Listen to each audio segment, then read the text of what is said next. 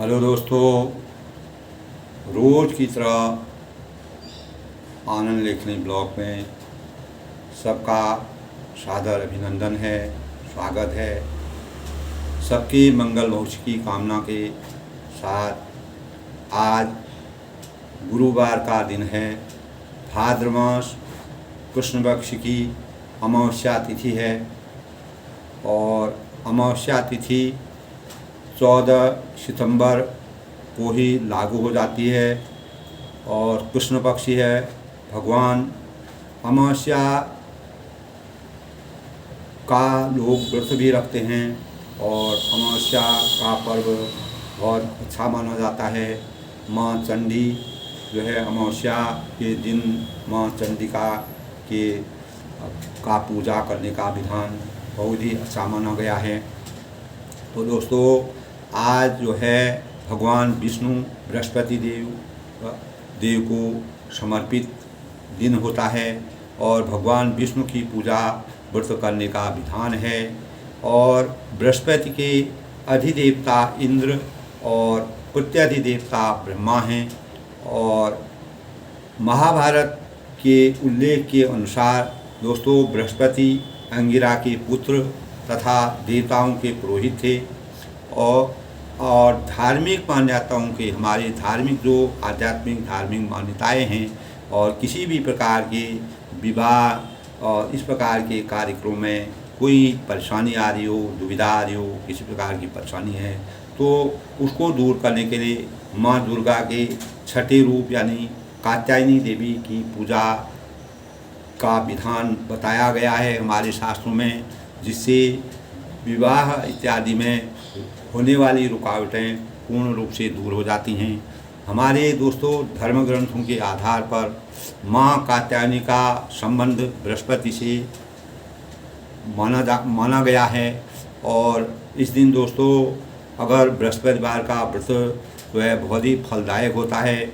भगवान विष्णु प्रसन्न होते हैं और सुख समृद्धि, हमारे जीवन में अनेक प्रकार की सुख समृद्धि की वृद्धि होती है। और इस दिन दोस्तों ख़ास तौर से गुड़ व चने का भोग लगाया जाता है विष्णु भगवान को और पूजा बृहस्पति देव की पूजा की जाती है। और माता विष्णु हैं, माता लक्ष्मी है, माता सरस्वती हैं और ब्रह्मा और अन्य देव इष्ट देव की भी पूजा इस दिन आप जो भी हम लोग एक इष्ट देव के रूप में मनाते हैं।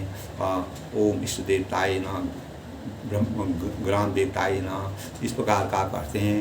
और इस प्रकार दोस्तों, तो बृहस्पति का जो आज का दिन है, विष्णु भगवान जब बृहस्पति का व्रत पूजन किया जाता है तो उससे हमारे जीवन में तेज आता है और तेज का प्रतीक है।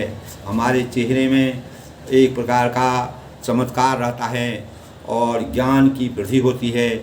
और माँ सरस्वती के आशीर्वाद, माँ सरस्वती गुरुवार की प्रतीक हैं और उनका वास जिसके हृदय में हो जाता है वह मृदु मधुर और मीठी वाणी से सब इस संसार के सभी लोगों के मनों को अपने अंदर समाहित कर लेते हैं। दोस्तों, हमारे विधानों के अनुसार हम पेड़ों में हैं, पौधों में हैं, जल में है, पहाड़ में है, नदियों में है, पत्थर में है और अनेक प्रकार की मूर्तियों में भगवान की पूजा करने का, मूर्तियों में हम भगवान की पूजा, भगवान को देखते हैं, भगवान के साक्षात रूप को देखते हैं और उन्हीं में हमारी आस्था है।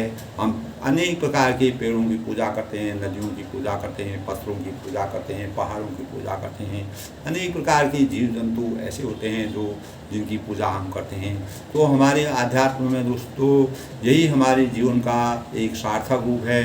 इसी से हम अपने जीवन को सार्थक समझते हैं। हमारे अंदर हर प्राणी के प्रति सनातन धर्म में जो है हर प्राणी के प्रति अहिंसा परमो धर्मों की भावनाएं हैं और हमारा देश सनातन है, जिसे पेड़ पौधों में, पहाड़ों में, जीव जंतु में, सभी चीज़ में हम भगवान का वास होना मानते हैं। शिक्षा प्रकाश का स्वामी होता है और देवताओं को शिक्षा प्रदान ब्राह्मणों के अंश और गुरुओं के आशीर्वाद से होता है। और इसीलिए दोस्तों इस दिन गुरु ब्रह्मा गुरु विष्णु गुरुदेवो महेश्वरो गुरु साक्षात् परम तस्मै श्री सरस्वती नमस्तभ्यं वरदे कामरूपिणी विश्वरूपी विशालाक्षी विद्वांदी सरस्वती अज्ञान तिभ्रांतस्य ज्ञानांशलाभ्या चक्षुवे मिलते गुरु। इस प्रकार दोस्तों सरस्वती और गुरु की वंदना की जाती है। ओम गुरुवे नमः इस मंत्र का जाप किया जाता है।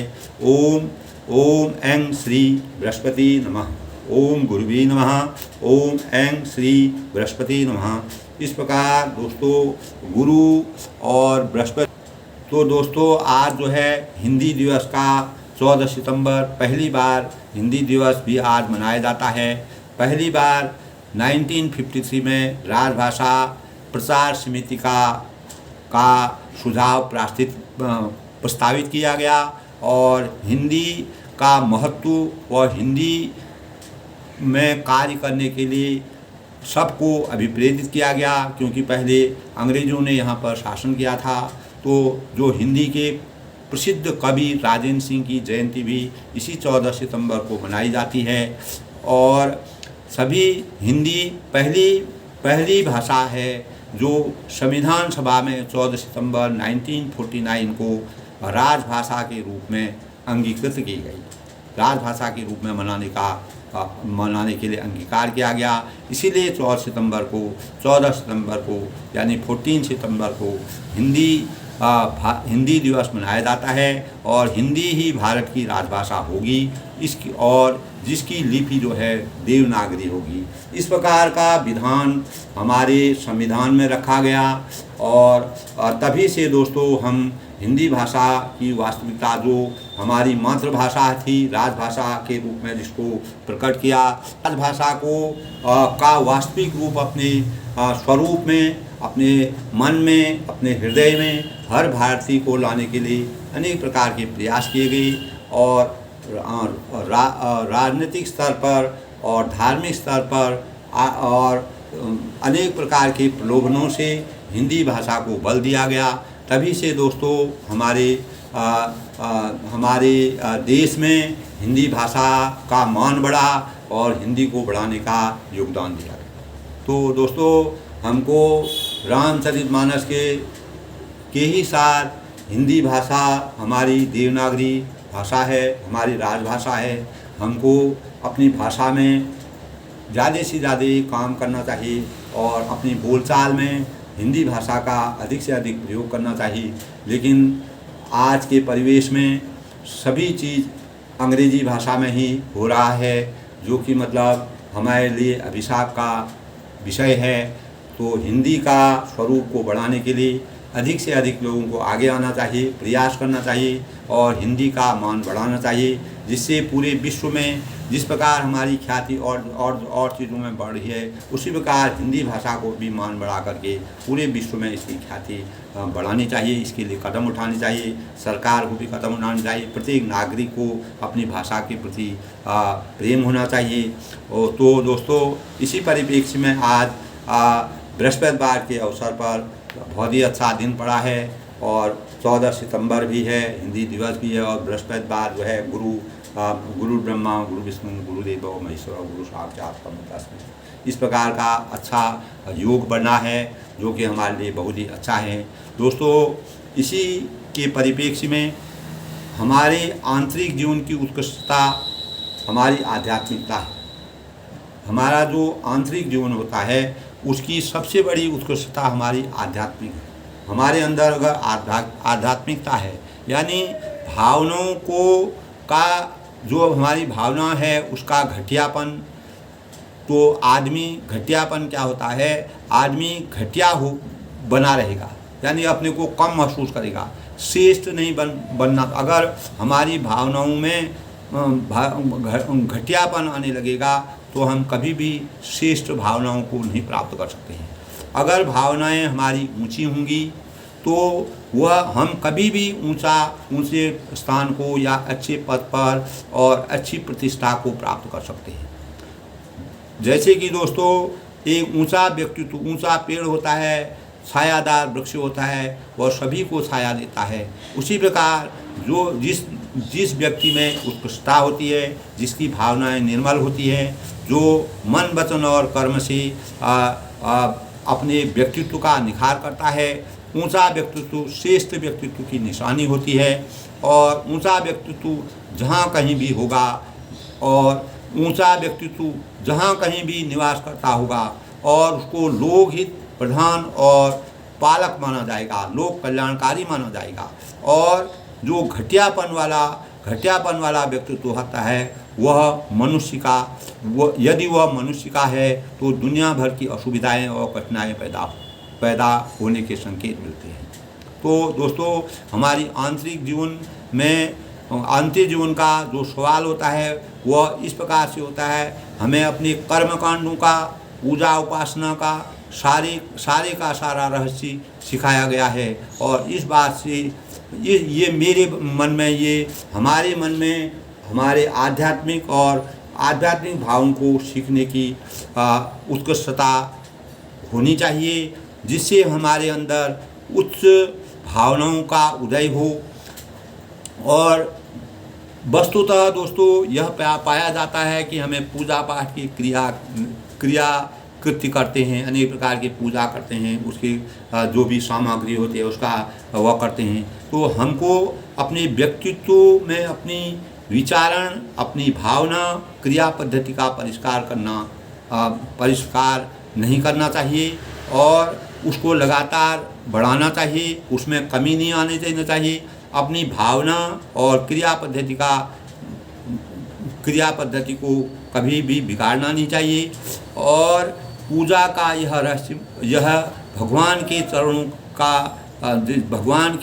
का जैसे फूल, भगवान के चरणों में फूल चढ़ाया जाता है और उसी प्रकार जैसे गुलाब है, हंसता हुआ गुलाब, मुस्कुराता हुआ गुलाब, सुगंध से भरा हुआ गुलाब का फूल इस बात का अधिकारी है कि भगवान के चरणों में स्थान पाए और भगवान के गले का स्थान पाए। इसी प्रकार दोस्तों, जिस प्रकार गुलाब के फूले हुए पुष्प को अगर हम भगवान के चरणों में डालते हैं तो एक अनोखी छटा का अनुभव होता है। इसी प्रकार जो व्यक्ति पूर्ण रूप से उत्कृष्टता और आध्यात्मिकता से भरा रहता है वह पूरे समाज में भगवान को भी वह व्यक्ति प्रिय होता है। भगवान को पुष्प जब हम भगवान को दोस्तों पुष्प चढ़ाते हैं उसका अर्थ भी समझना चाहिए। जैसे गुलाब है केवल उस पौधे का नाम नहीं है, तो जो वनस्पति के ढंग से पैदा होता है, और भगवान उस आदमी का नाम नहीं जो गंदगी में रहता है। और गुलाब का फूल अगर सूंघते को मिल जाए तो हमारे फूल कर कृपा हो जाती है। हम समझते हैं कि भगवान का हमको कुछ न कुछ मिल गया है।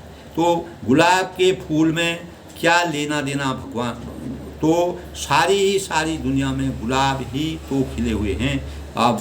और इस प्रकार से हमको अपने जीवन को, अपने शरीर को गुलाब की तरह यानी कीचड़ में भी पैदा होकर के गुलाब की तरह खिल करके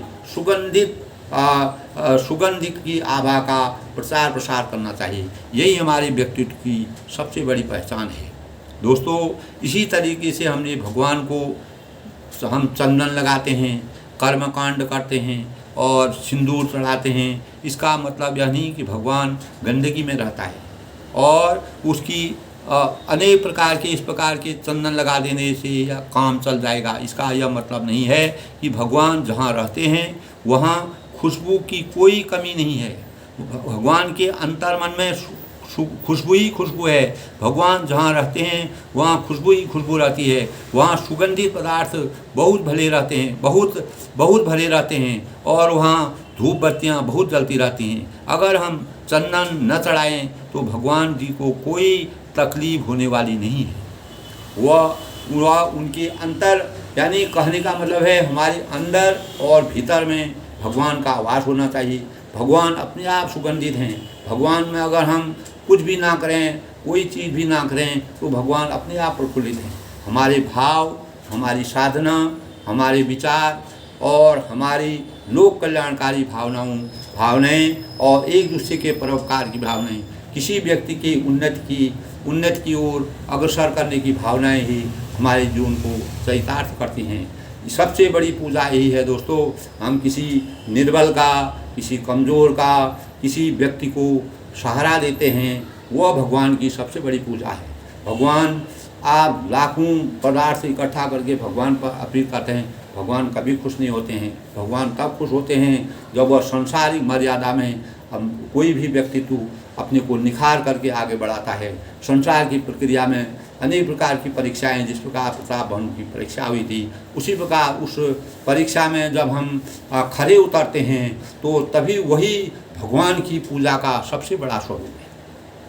दोस्तों, पूजा करने से, धूप बत्ती जलाने से, चंदन चलाने से, अनेकों माला चढ़ाने से, अनेक प्रकार के इस प्रकार के कर्मकांड करने से कुछ भी नहीं होने वाला है, ये निश्चित समझिए आप।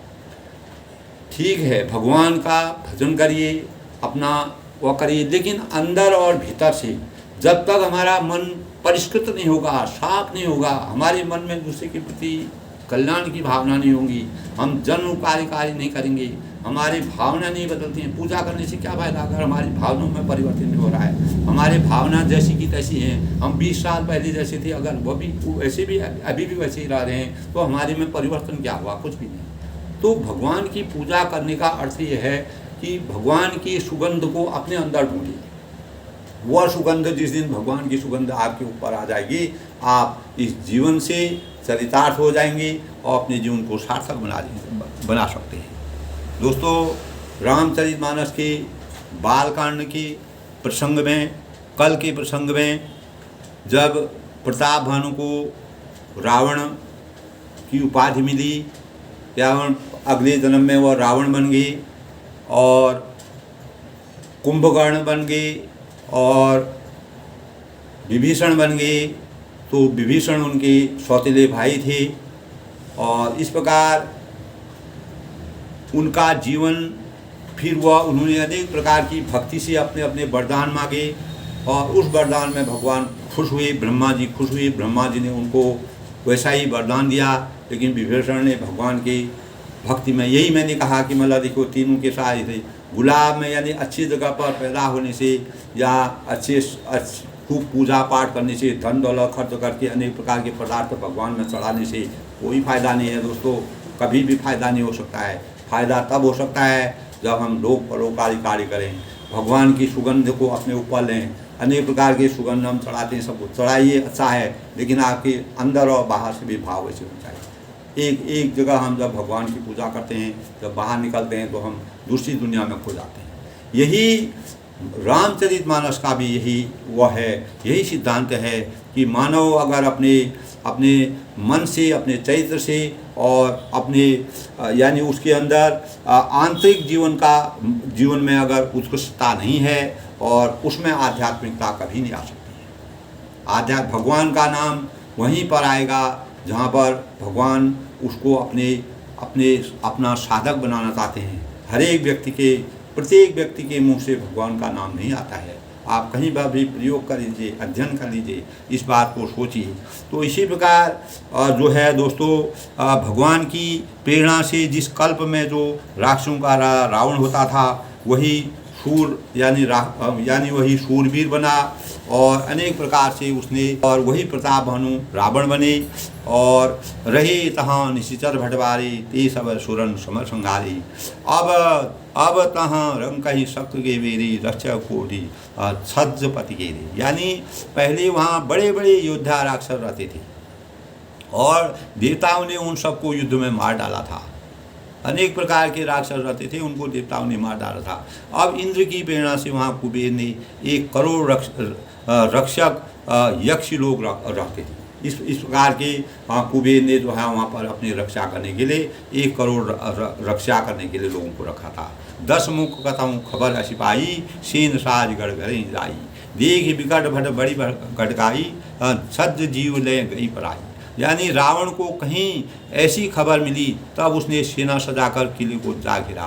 तो अब रावण जो है, अब देखिए रावण राक्षस कुल में चले गए हैं। वही प्रताप भानु राजा जो पूर्व जन्म में ऐसे थे। तो कहा है दोस्तों, अगले जन्म में हम क्या होंगे, हम क्या करेंगे, ये सब विधि पर विधि पर निर्धारित है। भगवान हमको किस दिशा की, हमारे कर्म क्या होंगे। हमको श्राप मिला, रावण को श्राप मिला था, श्राप मरने के बाद उसको राक्षस जीवन में पर, क्योंकि सबसे बड़ा कारण यह है दोस्तों, प्रतापी राजा थे। सबसे बड़ा कारण यह था, उन्होंने 2 वरदान उनसे मिले थे। एक तो मेरी मृत्यु या तो बंदर से हो, बंदर के हाथ से हो, या मनुष्य के हाथ से हो। तो परमात्मा भगवान मर्यादा पुरुषोत्तम भगवान राम जी को मनुष्य रूप में अवतार लेना पड़ा रावण की मृत्यु करने के लिए। तो रावण जो है भगवान से इस प्रकार से रचना रच करके और वह मोक्ष को प्राप्त करना चाहते थे। इसीलिए उन्होंने इस प्रकार के मायावी और राक्षसी माया फैलाई और उन्होंने कहा कि मेरी मृत्यु तो इन्हीं के हाथ से होनी है। वह भी बहुत ही यानी अच्छा ज्ञानी था, ज्योतिषी था, उसको सब विद्याओं का ज्ञान था। प्रताप भानु बड़े प्रतापी राजा थे। अगले जन्म में इसलिए रावण उनको बनाया कि उनका मोक्ष हो जाए। रामचंद्र जी ने मानव रूप में अवतार लेकर के दशरथ जी के घर मानव रूप में अवतार लेकर के 14 साल का वनवास लेकर के, और वन में जो है जब सीता जी का अपहरण हुआ तब अनेक प्रकार की प्रक्रियाओं से, मानव कल्याण की रचनाओं से उन्होंने अनेक प्रकार के कार्य किए, जिससे रावण के वध करने के लिए अनेक प्रकार, जैसे हनुमान जी से मित्रता की और अंगद से मित्रता की, सुग्रीव से मित्रता की। सुग्रीव जो है उनके मुख्य थे, और इस प्रकार के अनेक प्रकार के पशु पक्षियों से उन्होंने मित्रता की, तभी वह रावण का वध कर पाए। और क्योंकि रावण को मोक्ष प्राप्त करना था 10 मुख कदम, तब रावण ने इस प्रकार की प्रक्रिया की। फिर सब नगर दशानन देखा गयम सब भयम विशेषा सुंदर सहज अगमनवानी कीन रहा रावण रथन। यानी तब रावण ने पूरे नगर में घूम फिर कर देखा और उसकी स्थान संबंधी चिंता मिट गई और उसे बहुत ही सुख हुआ, और उस पुरी को स्वाभाविक ही सुंदर और बाहर वालों के लिए दुर्गम अनुमान करने का रावण के वहाँ अपनी राजधानी कायम की। तब रावण ने वहाँ अपनी राजधानी कायम की। जेई जस जोग बाँटी ग्रह दीने सुखी सकल रजनी चरकीने। एक बार कुबेर पर धावा पुष्पक जान जीत गया वा। यानी योग्यता के अनुसार घरों को बांटकर रावण ने सब राक्षसों को सुखी किया। अब उनमें राक्षसी माया आ गई थी। अपना राज्य जो है बहुत विशाल बनाना चाहता था, और जो है माया मोह अनेक प्रकार के इस प्रकार के विचारों से वह ग्रस्त हो गया था, उसके अंदर अभिशप्त हो गया था। तो उन्होंने उसी प्रकार के अपने राक्षसों को भी आगे बढ़ावा देने के लिए उनके सुख के साधन ढूंढे। एक बार वह कुबेर पर चढ़ दौड़ा, उसने पुष्प विमान को जीतकर, तब कुबेर को भी चढ़ करके उन्होंने पुष्प विमान को भी जीत लिया। जब आदमी अहंकार हो जाता है, आदमी को सब कुछ मिल जाता है, तो वह दूसरे पर आधिपत्य करके, आज के परिवेश में दोस्तों पूरे विश्व के अंदर जो आदमी दूसरे के राज्य को छीनना चाहता था, अपने राज्य का साम्राज्य का विस्तार करना था। इसी प्रकार की नीति हमारे चाइना की है, जो क्या करता है, वो अपना विस्तारवादी नीति करके पूरे विश्व में अपना साम्राज्य करना लगता है। इस प्रकार की नीति से वह दूसरे देश में चढ़ाई करता है। ऐसे ही भाव जो है जब राक्षसी माया में आदमी पैदा होता है, जब उसको सुख चैन और मायावी चीज़ों में वह लिप्त हो जाता है, तो वह अपने साम्राज्य को बढ़ा करके अपना आधिपत्य जमाना चाहता है, और अपने आधिपत्य से पूरी प्रजा को अपने अनुसार चलाना पड़ता है, जिसको मोनोपोली कहते हैं। अपने अधिकार, अपने इच्छा अनुसार सब कार्य को करना, ये इस प्रकार के भाव रावण के मस्तिष्क में आने लगे। तब और अपनी और जही जस जोग बाँट ग्रह दीने सुखी सकल रजनी चरकीने। और एक बार कुबेर पर धावा पुष्पक जान डाल ले आवा। तब वह योग्यता के अनुसार घरों को बांट दिया था उसने, राशों को सुख देने के लिए। और एक बार कुबेर के साथ भी उनका इस प्रकार का हुआ, जिनसे कुबेर का जो पुष्प विमान था वो उन्होंने उसको भी जीत लिया। तो कौतुक ही कैलाश पुनी लीने सी लाय उठाए मनो तौल निज बाहुबलो चला बहुत सुपाए। यानी फिर उसने जाकर एक बार खिलवाड़ ही में कैलाश पर्वत को, अब रावण इतना प्रतापशाली था तो वह भगवान ने उनको इतनी बड़ी शक्ति थी, ब्रह्मा भगवान ने इतनी बड़ी शक्ति दी थी, तो कैलाश पर्वत पर भी को भी उठा दिया उन्होंने, और मानो अपनी भुजाओं का बल तोड़कर बहुत सू पाकर वो वहाँ। जब इंसान को इतनी बड़ी शक्ति भगवान दे देते हैं तो उसको अहंकार हो जाता है। शक्ति है, धन है, दौलत है, इसको हर एक व्यक्ति बर्दाश्त नहीं कर सकता है। जब हमारे पास बहुत धन आ जाता है तो हम ऊपर ऊपर ही आसमान में भी विचरते रहते हैं, क्योंकि धन हमको ज़्यादा धन संपत्ति दौलत और ज़्यादा बलशाली होना वह इंसान के भौतिकता को में परिवर्तित कर जाता है, उसमें में भौतिकवाद का संचार हो जाता है। वह अपने बल का प्रयोग करके लोगों के अहित का कार्य करता है। इस प्रकार के कार्य जो है रावण के अंदर समाहित हो गए, क्योंकि उसका मेन उद्देश्य यही था कि किसी प्रकार के गलत इस प्रकार के कार्य करके रामचंद्र जी वैसे किसी को नहीं मारेंगे, तो भगवान राम जी के हाथ से उनकी मृत्यु होनी थी। मोक्ष प्राप्त करने के लिए उन्होंने इस प्रकार की माया डाल रची, इस प्रकार के कार्य किए।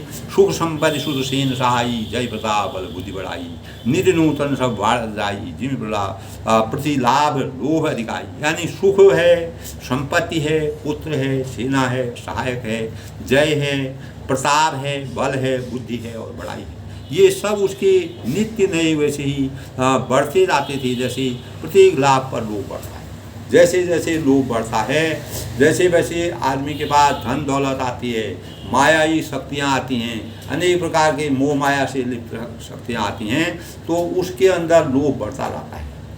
तभी कहता है कि गो धन गर्सन बाजित नो और रतन धन बाज, जब आए संतोष धनो सब धन दूर।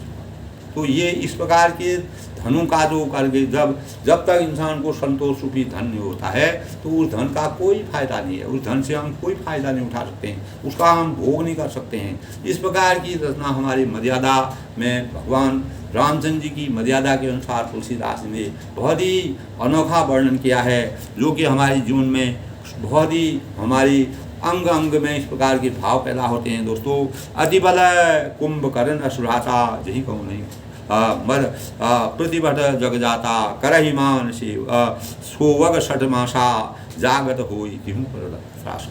यानी अत्यंत बलवान कुंभकर्ण जो था वह उनका सगा भाई था, जिसने जोड़ का योद्धा, उसके उनके जोड़ का उनके समान जो योद्धा था जगत में अभी तक पैदा नहीं हुआ है। और वह मदिरा पीकर 6 महीने सोया रहता था और उसकी जागते ही तीनों लोकों में तहलका मच जाता था, इतनी बड़ी गर्जना करता था। जब कुंभकर्ण को जगाया रहता था तो 6 महीने का जो आदमी सोया रहेगा, इस प्रकार की मायावी शक्ति उनके अंतर थी। तो भगवान ब्रह्मा ने उनको इसी प्रकार के उन्होंने यही सोचा कि ये अगर 6 महीने तक सोएगा नहीं तो पूरी धरती को खा जाएगा। तो इस प्रकार धरती के अन्न से बचाने के लिए, धरती के सभी पदार्थों को बचाने के लिए उसको 6 महीने की जो है सोने की सजा दे दी और वह उसको वरदान दे दिया, वही उसको मान्य भी हो गया। तो जो दिन प्रति आहार कर सोई, विश्व बीग सौबड़ होई, समर धीर नहीं जाय बखाना, तेई समय अमित वीर बलवाना। यदि बल है दोस्तों, प्रतिदिन भोजन करता है, यदि वह प्रतिदिन अगर भोजन करता तो वह संपूर्ण विश्व को शीघ्र बहुत ही जल्दी चौपट कर देता है। होता है समुद्र है, समुद्र में पानी होता है, अगर पानी भी जब वर्षा नहीं होगी तो एक दिन पानी भी सूख जाएगा। इसी प्रकार अन्न है, अन्न को अगर अन्न का ज़्यादा से ज़्यादा प्रयोग होगा, जितनी उपजाऊ जितना पैदा होता है अगर उससे ज़्यादा हम उसका प्रयोग करेंगे, उसके खाने वाले ज़्यादा होंगे, अगर अन्न उतना पैदा होगा तो उससे भी हमें हाहाकार मच जाएगा। इसी प्रकार की रचनाएं रणधीर ऐसा ही था, उसका वर्णन करना बड़ा मुश्किल है। लंका में उसने ऐसे असंख्य लंका में इस प्रकार से रावण के राज्य में अनेक प्रकार के ऐसे असंख्य राक्षस थे जो मायावी थे और बहुत ही शक्तिशाली थे। उनको शक्तिशाली होने का वरदान मिला था, भक्ति में बड़े निपुण थे, भगवान की भक्ति करते थे, लेकिन राक्षसों के रूप में वह परिवर्तित हो गए। और जब उनको हर चीज़, प्रत्येक चीज़ वस्तु मिलने लगी तो उनके मन में संसार की माया मोह के भाव पैदा हो गई, जिसके वो राक्षस बन गए। और बारिंद्रनाथ जेठ सुनासु भड़ लीग जग जासु जेहि न होय रण सन्मुख कोई सुरपुर नितहि पराव न होई। यानी मेघनाथ रावण का बड़ा लड़का था जो बड़ा शूरवीर था। उसने एक बार लक्ष्मण जी को भी मतलब अपने उसमें फंसा लिया था और जिससे लक्ष्मण जी को शक्ति लगी थी, जिसका जगत में ये दाव में पहला नंबर मेघनाथ का माना जाता है। रण में कोई भी उसका सामना नहीं कर सकता था और स्वर्ग में उसके भय से नित्य भगदड़ मची रहती थी। और स्वर्ग में भी जो है अनेक प्रकार के इस प्रकार के मायावी कार्य करता था, यानी मायावी शक्ति से परिपूरित थे। और भगवान ब्रह्मा विष्णु और महेश के वरदान से युक्त थे, वह उनको वरदान मिला था कुमुख। इस प्रकार के दोस्तों उनका वृत्तांत क्या है। इतने प्रतापी लोग, इतने इस प्रकार के लोग भी जब प्रतापवान थे, उनका संयम था और नियम थे, लेकिन उनको भी ब्राह्मणों के श्राप से उनको भी राक्षस कुल में जाना पड़ा।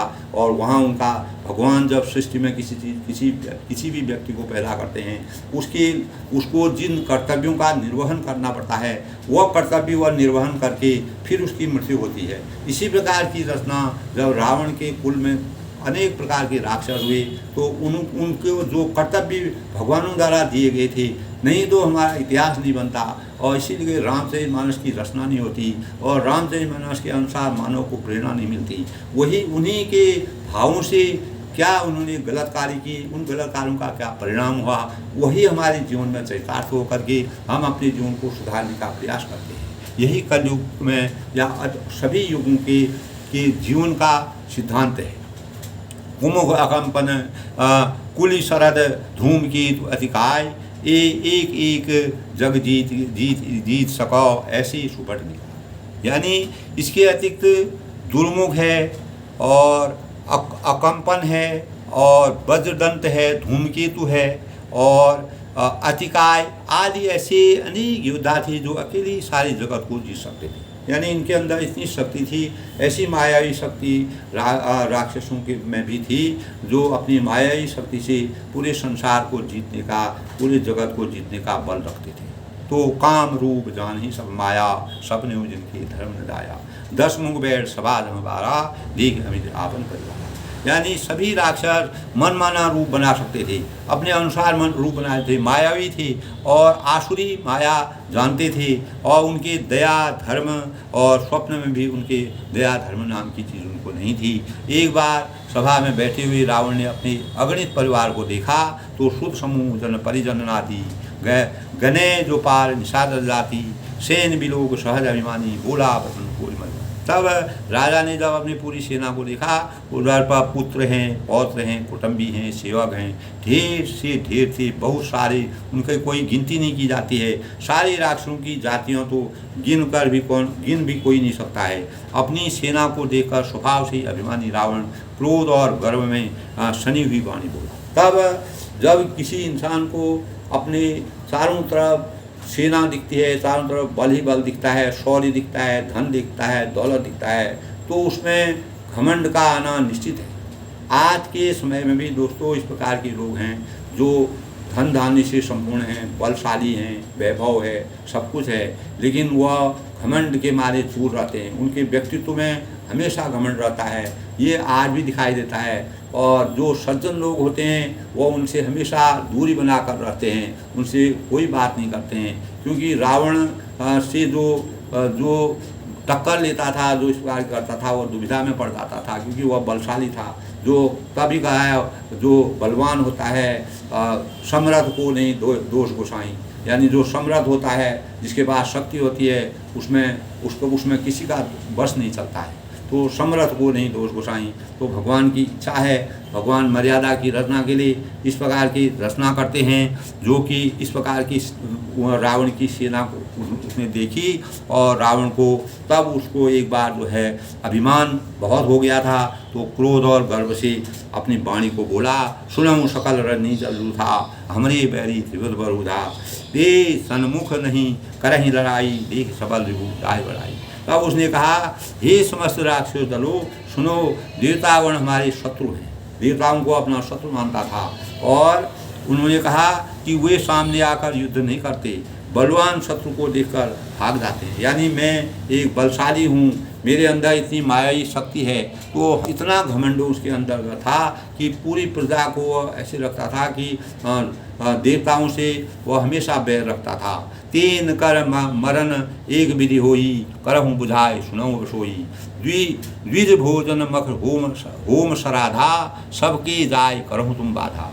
उनका मरण एक ही उपाय से हो सकता है, यानी देवताओं को हम एक ही उससे समाप्त कर सकते हैं। मैं समझा कर सबको कहता हूँ, अब इसे सुनो। उनके बल को बढ़ाने वाले ब्राह्मण भोजन, यज्ञ, हवन और श्राद्ध, इन सब में जाकर तुम बाधा डालो।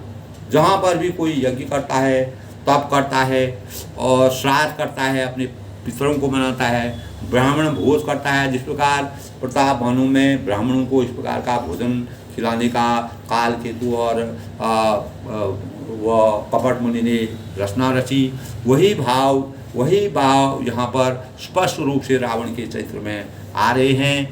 और छुआ, तब उसने इस प्रकार का कार्य सबको बांटा। छुआ छीन बलहीन सुरौ, सहजो मिलई आई, तब मारे हूँ की छाणे हूँ भली बांधे। तब भूख से दुर्बल और बलहीन होकर देवता सहज ही आ मिलेंगे।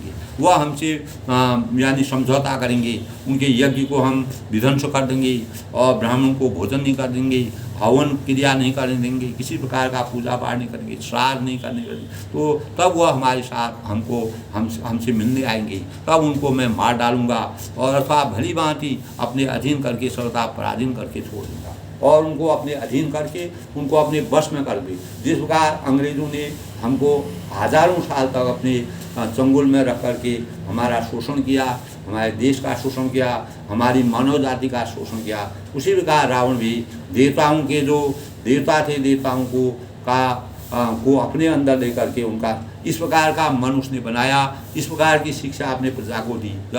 जब किसी व्यक्ति को अभिमान हो जाता है, प्रतापी राजा एक किस रूप में परिणित हुआ और उसके भाव किस प्रकार के होते हैं, ये भगवान की मर्यादा के अनुसार होता है। भगवान ने, मैंने बताया दोस्तों, अपने कर्तव्य का पालन करने के लिए, अपनी रचना को रचने के लिए भगवान अनेक प्रकार की इस प्रकार की रचना रखते हैं। अगर आप इसका सूक्ष्म ढंग से अध्ययन करें तो बड़ा ही विचित्र होगा, आपका मन बदल जाएगा और हमारे अंदर एक चेतना के भाव पैदा होंगे।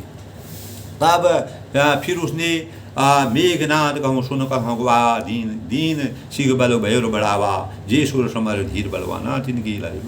यानी फिर उसके पुत्र जो मेघनाथ थे वो बड़ा बलशाली था, बुलाया और सिखा पढ़ाकर उसने बल और देवताओं के प्रति बैर भाव की उत्तेजना दी। जब आदमी के गलत दिन आते हैं तो उसी प्रकार वह बैर भाव से उनको उत्प्रेरित करने गया। आज के समाज में भी इस प्रकार के होते हैं, तो इस प्रकार के लोग होते हैं। फिर कहा कि हे पुत्र, जो देवता रण में धीर और बलवान हैं और जिन्हें लड़ने का अभिमान है, तिन्हीं जान, जिनको जो इस प्रकार के देवता हैं, तिन्हीं जी रण आन सुबांधी, उठी सुत पितु अनुशासन कांधी, ए विधि तब ही अज्ञानी आपने चलूँ गला कर दी। यानी उन्हें युद्ध में जीत कर बांध लाओ, यानी तुम्हारे पास इतनी शक्ति है और अपनी मायावी शक्ति से तुम उनको युद्ध में जीत करके लाओ। और बेटे ने उसका पिताजी को आज्ञा शिरोधार्य की। तो हर एक स्वाभाविक है, कोई भी पिता अगर आज्ञा दे रहा है तो पुत्र को उस आज्ञा का पालन करना है। इसी प्रकार उसने भी अपनी जो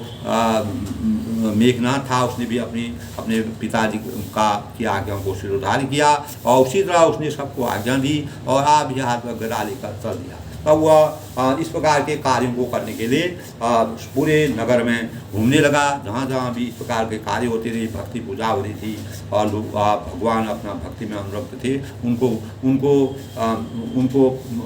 परेशान करने की कोशिश की। इस प्रकार की रणनीति उसने बनाई। चल दशा डोले अवनी गजद गर्भ सुवन रावण आवत सुनाऊं सकुआ देवन तके मेरु। यानी रावण के चलने से पृथ्वी डगमगाने लगी। इतना भयंकर और बलशाली था कि पृथ्वी पूरी हिलती थी और उसकी गर्दना से देवमणियों के गर्भ गिरने लगे। अनेक प्रकार की जो देवमणियाँ थी उनके गर्भ तक गिरने लगी। इतना बलशा और इतना भयंकर उसने लोगों को इतना प्रताड़ित किया था, इतना डरावना बना दिया था। रावण को क्रोध सहित आते हुए सुनकर देवताओं के समीर पर्वत की गुहाएं टगी और भागकर समेरु गुहाओं का आश्रय लिया। तब देवताओं को मजबूर होकर के रावण ने इस प्रकार की रचना रची, इस प्रकार की माया शक्ति दिखाई, क्योंकि ब्रह्मा जी ने उनको शक्ति दी थी। उसी शक्ति का दुरुपयोग करके वह देवताओं को परेशान करने लगी। तब देवताओं को अनेक प्रकार के कंदराओं और गुफाओं में जाकर छूटना पड़ा।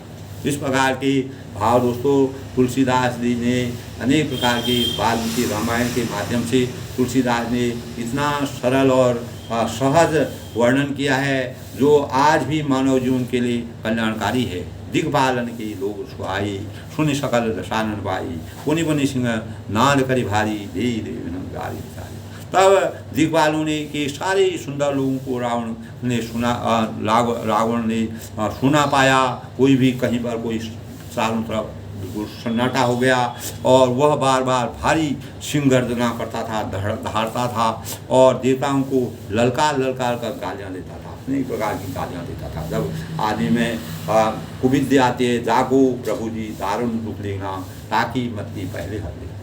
भगवान जिसको दुख देना चाहते हैं, भगवान जिनके स्वभाव से, जिनके चरित्र से और जिनके कार्यों से, जिनके कर्म से भगवान रुद्ध हो जाते हैं और नाराज हो जाते हैं, उसकी मत्ती को सरस्वती का वास करके मत्ती उनकी हरती है।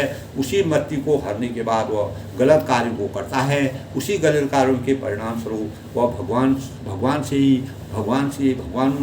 ही उसकी मृत्यु का कारण बनते हैं और वही उसको समाप्त करते हैं और लोक कल्याण का कार्य करते हैं। इसी प्रकार के रचना जो है तुलसीदास जी ने की है। रन मद मत फिरहि जग धावा, प्रतिभट खोचर करम पावा। रवि शशि पवन वरन धनधारी, अगर अगिन काल जम सब अधिकार। यानी रण में जो है, रण में मद में मतवाला होकर, पूरे रण युद्ध में मतवाला पागल होकर के वह अपनी जोड़ी का योद्धा खोजता हुआ जगत भर में दौड़ता फिरता था, परंतु उसने ऐसा कोई नहीं मिला जो सूर्य चंद्रमा है, वायु है, वरुण है, कुबेर है, अग्नि है, काल है और यम आदि सब अधिकारी, यानी जो इस प्रकार के थे, कोई भी उसको इस प्रकार का नहीं मिला। तो किन्नर सिद्ध मनुज सुर नागा, हटित वहीं की पंधि लागा, ब्रह्म सृष्टि जहाँ लगी तनुधारी, दशमुख बस वर्ती नर नारी। यानी किन्नर है, सिद्ध है, मनुष्य है, देवता है और नाग है। कहा है किन्नर सिद्ध मनुज सुर नागा, यानी किन्नर है, सिद्ध है, मनुष्य है, देवता है और नाग है। सभी के पीछे वह हठपूर्वक पड़ गया। उसका हठी था, वह किसी की बात नहीं मानता था। तो तब उसको शांतिपूर्वक नहीं किसी को भी वह शांतिपूर्वक बैठने नहीं देता था। तो ब्रह्मा जी सृष्टि में जहाँ तक शरीरधारी स्त्री पुरुष थे, वही रावण के अधीन हो गए। यानी ब्रह्मा जी भी स्त्री पुरुष के जिन्होंने उनको वरदान दिया था, वह भी उनको भी अपने अधीन में अपने आश्रय में लेना चाहता था, उनको भी अपना पराश्रित करना चाहता था, उनको भी अपने उसमें लेना चाहता था। आय सु करहि सकल भय बीता, न वहीं आय विनीता। यानी आय सु करहि सकल भय भीता, न वहीं आय नित चरण विनीता। और डर के मारे सभी उसकी आज्ञा का पालन करते थे।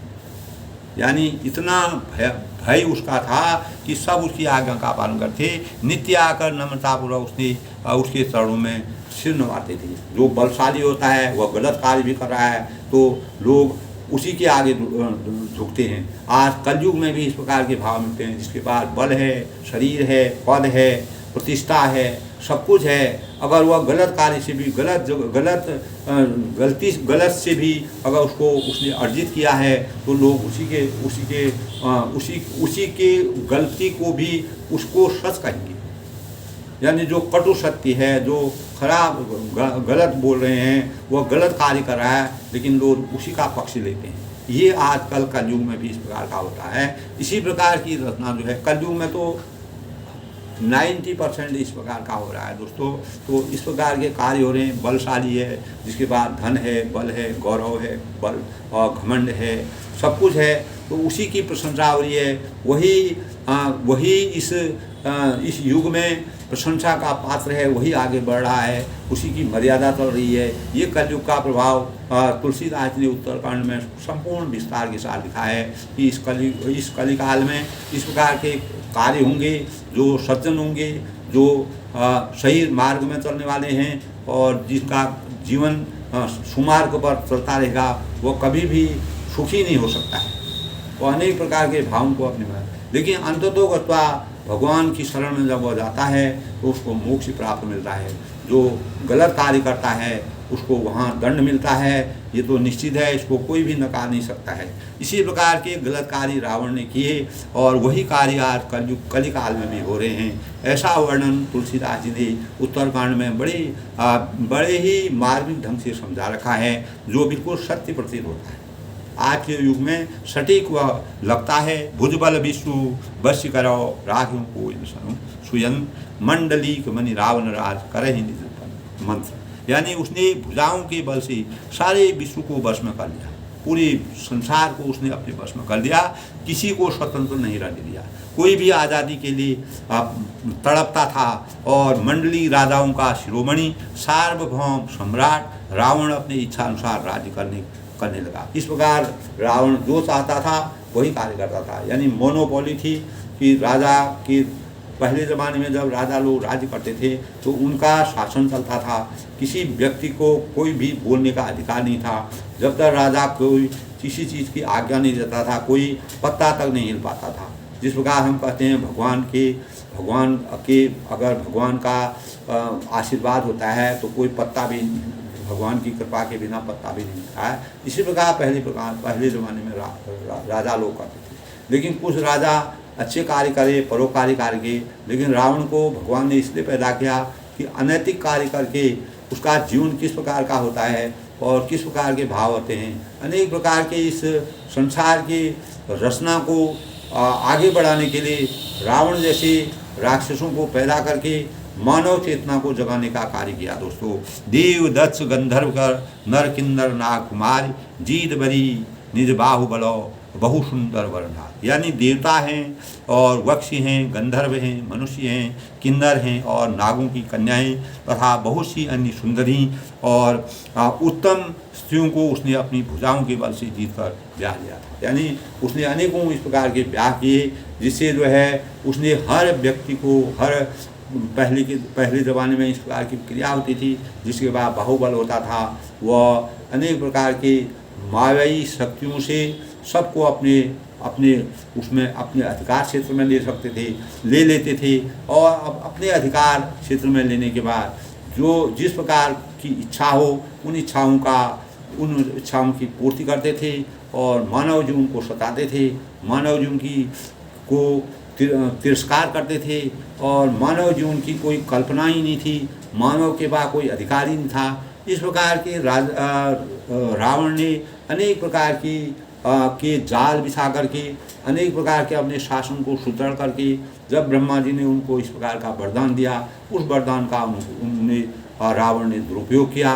उसी दुरुपयोग के परिणाम स्वरूप पूरी लंका जहाँ राक्षस थे, अनेक देवता और किन्नर जो भी थे, ब्राह्मण और जो भी थे, सब लोग वहाँ पर, पूरी प्रजा वहाँ पर परेशान हो गई। और रावण के इस प्रकार के अभिशाप से दोस्तों आज भी कलयुग में भी इस प्रकार के कई लोग हैं जिनके प्रताप से, जिनके बाहुल्य से, जिनके धन वैभव से, जिनके बल से, जिन्होंने पूरे सब लोगों को अपने अधिकार क्षेत्र में लिया है। इससे वह उनकी प्रताड़ना करते हैं और धन कमाने की इच्छा में अपने को आगे बढ़ाने के लिए, अपने सब कार्यों को करने के लिए इस प्रकार के समाज में अनेक प्रकार के तत्व नहीं थे जिस प्रकार के। तो दोस्तों रावण को इसलिए एक ऐसा पात्र बना दिया गया जिससे कि इस मानव जाति को, आने वाली पीढ़ी को, आगे के इतिहास को यह जानकारी हो, प्रेरणा आए, हमारे अंदर ज्ञान आए कि इस प्रकार की मायावी शक्ति भी पहले पैदा हुए थे, जिनसे भगवान अंततोगता मर्यादा पुरुषोत्तम भगवान रामचंद्र जी ने अनेक प्रकार के कठिन से कठिन प्रयास करके, कठिन से वन में तपस्या करके, अनेक ऋषि मुनियों से साथ लेकर के, बंदरों का साथ लेकर के, अनेक प्रकार के लोगों से समन्वय स्थापित करके रावण को का वध किया।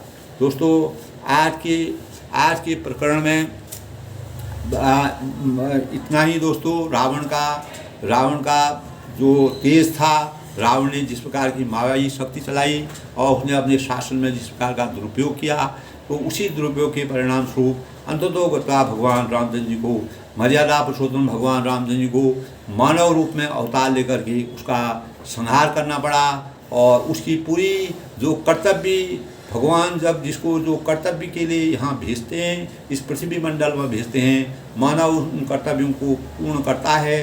भगवान उसकी पूरी रचना को देखते हैं, एक इतिहास बनता है और एक कहानी बनती है जो हमारे भविष्य के लिए, हमारे आने वाले पीढ़ी के लिए, हमारे जीवन के लिए एक प्रेरणा का स्रोत बनता है। उसी से हम जीवन में आने वाले जीवन के लिए अपना मार्गदर्शन निश्चित करते हैं और अपने जीवन को बचाने के लिए, अपने विश्वास को मजबूत करने के लिए, अपने किस प्रकार से कठिन समस्याओं में भी जूझ करके भगवानों को भी जिसने परेशान किया, उन्होंने भी संयम और धैर्य से कार्य करके रावण पर विजय प्राप्त की और रावण की मर्यादा को इस प्रकार से बनाया जिससे कि इस प्रकार का शासन कोई भी राजा नहीं कर सकता है। तो रावण ने इतना अत्याचार किया तो पूरी प्रजा को दुखी करके अपने अधिकार में। दोस्तों, इसी प्रकार कहते हैं धार्मिक दृष्टिकोण से, अगर हम धार्मिक दृष्टिकोण से देखें तो राम राज्य पृथ्वी पर ईश्वरी कहा जा सकता है। जो राम राज्य है वह जो है इस भूमंडल पर ईश्वरीय शक्ति का प्रतीक है। और राजनीतिक दृष्टि से भी राम राज्य एक ऐसा पूर्ण प्रजातंत्र है जहाँ अधिकार, वर्ण, स्त्री पुरुष के विभेद पर आश्रित है। असमानताएं तिरोहित हो जाती हैं, जो हमारी असमानताएं हैं वह तिरोहित हो जाते हैं। इस प्रजातंत्र में भूमि तथा राजसत्ता की अधिकारिणी प्रजा है।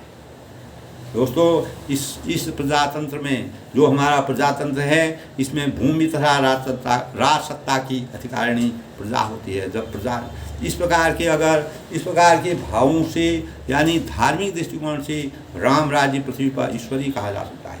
तो अगर हम धर्म के उससे देखें तो राम राज्य की जो स्थापना हुई थी वह पृथ्वी पर ईश्वरीय शक्ति की प्रेरणा का स्रोत है। आज की प्रसंग में दोस्तों, सबके मंगल भविष्य की कामना के साथ अपनी वाणी को विराम देते हुए, आज बृहस्पतिवार का शुभ दिन है। बृहस्पतिवार विष्णु भगवान का दिन होता है, माँ सरस्वती और दुर्गा माता का दिन होता है। माँ दुर्गा और माँ सरस्वती का सब पर आशीर्वाद बने रहे, सब लोग का जीवन कल्याणकारी हो। और आज बृहस्पतिवार के या गुरुवार के दिन में व्रत करने से दोस्तों अनेक प्रकार के हमारे रुके हुए कार्य परिपूर्ण होते हैं। जैसे हमको विवाह है और कोई संस्कार है, उसमें कोई बाधा आ रही है, तो निश्चित ही आप बृहस्पतिवार का व्रत कीजिए, निश्चित ही आपको सफलता मिलेगी। और सबकी मंगल भविष्य की कामना के साथ मैं बड़ों को नमस्कार करता हूँ, छोटों को मेरा आशीर्वाद है। सबके मंगल भविष्य की कामना करते हुए सबका जीवन सुखी रहे, प्रसन्न रहें, खुश रहें, सबके जीवन में भगवान का आशीर्वाद बना रहे। माँ सरस्वती सबके हृदय में विराजमान हो और सबको मेरा धन्यवाद, सबको आशीर्वाद।